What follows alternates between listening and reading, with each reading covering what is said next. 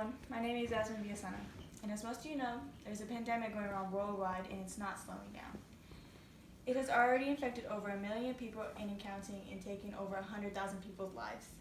And if you haven't noticed already, this pandemic is known as the coronavirus. Today I will try to convince you all to stay home because of the many dangers you can encounter with the disease and with the symptoms it involves with it. First, we will discuss the virus and how contagious it is, then the symptoms and how it can affect a person's life, and lastly, why it's so important to stay home.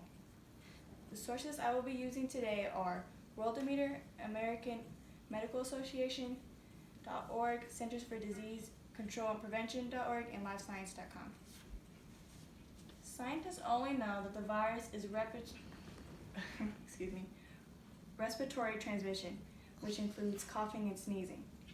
Live Science reports that coughing and sneezing isn't only necessary for transmitting the disease, but conversation and spitting can also maybe transmit it, and they're still studying that today, but aren't 100% sure. The 6 feet rule, according to Centers for Disease Control and Prevention, said the 6 feet rule isn't a safe distance, as most of us know. They are doing a study from the 1930s that respiratory droplets can travel farther than 6 feet. So even if I am 6 feet, there is a possibility you can still get it.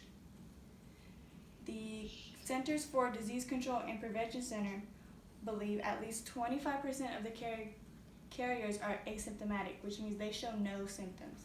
With this being, they believe that they are going out still, and as them being carriers are getting other people sick, which is the 75% who will show symptoms and be hurt from the virus.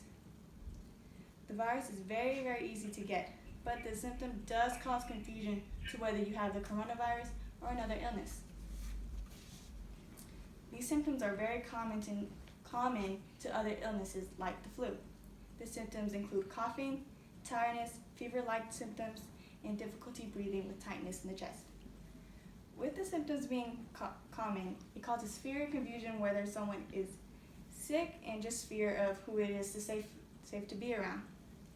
There is some testing available, but with there being limited numbers, the doctors can only give out so many. And if you are lucky enough to get it, it takes 7 to 10 days and even possibly 2 weeks. With that being, it is very dangerous to still go out, and people will still go out with their test results not being back yet, and that can cause people to get it, and it might be too late when you find out the results already. Since the virus is new to the world, the scientists don't know how dangerous it can be to others, and with that being, they don't have a cure for the virus, so it is still very new to the world. With that being, it is very easy to avoid the virus and infected people by staying home. So it's important to keep yourself and loved ones safe by staying home and avoiding possibly infected areas like stores and things like that with parks. Only leave for necessary things when grocery shopping, and do not go as often. When you do go, wear a mask and limit yourself from touching your face, and make sure to wash your hands before touching anything else, including people.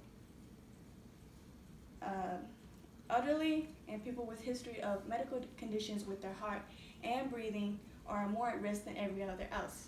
With people saying it's not that dangerous, their immune system is a lot more weaker than ours, so they are more at risk with their lives.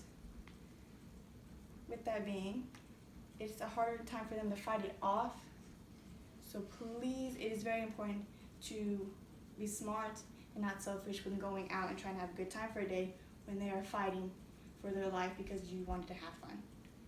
So think of your family, their family, and of course yourself. The coronavirus is very contagious, and the symptoms of the virus can be very dangerous to a person's life.